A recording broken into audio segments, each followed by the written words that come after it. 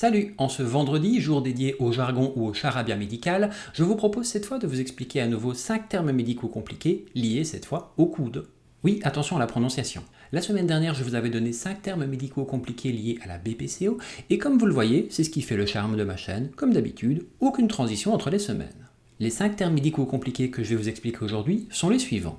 Lésion de Monteggia, maladie de Panner, synostose radio-ulnaire, épicondylite et épitrocléite. Allez, c'est parti.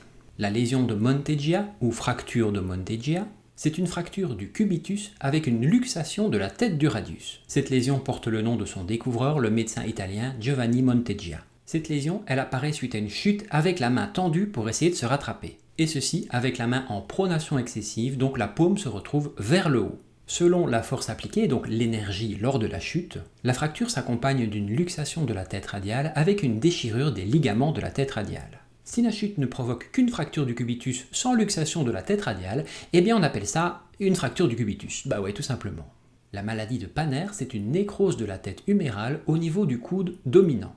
Ceci provoque une perte de l'os sous l'articulation, et donc une altération des surfaces articulaires entre le radius et l'humérus. Cette pathologie touche très souvent les enfants entre 7 et 10 ans qui pratiquent des sports de lancer, comme le baseball par exemple. On retrouve chez les enfants qui en souffrent une douleur sur l'épicondyle latéral de l'humérus et une légère flexion perpétuelle du coude pour calmer la douleur. La radiographie est l'examen de base pour établir un diagnostic précis. La synostose radio-ulnaire, c'est une lésion post-traumatique due à la cicatrisation. Il s'agit d'une fusion des deux os de l'avant-bras, le radius et le cubitus. Cette fusion, elle bloque le mouvement du radius et elle bloque donc la pronosupination. Et sans pronosupination, eh bien, la plupart des sports sont difficiles à pratiquer.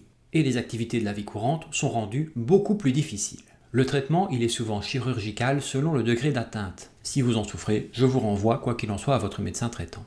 Et on termine avec les deux classiques que sont l'épicondylite et l'épitrocléite. L'épicondylite, c'est une pathologie tendineuse au niveau du coude. Cette pathologie concerne les tendons qui sont reliés à l'épicondyle huméral, donc la partie latérale du coude en position anatomique. Les muscles épicondyliens permettent de tendre les doigts et le poignet et de faire une pronosupination de l'avant-bras. Dans cette pathologie, on retrouve des micro-déchirures ou des petites lésions au niveau des tendons et de leur zone d'insertion sur l'os de l'humérus. Le traitement, il est souvent compliqué et parfois très très long.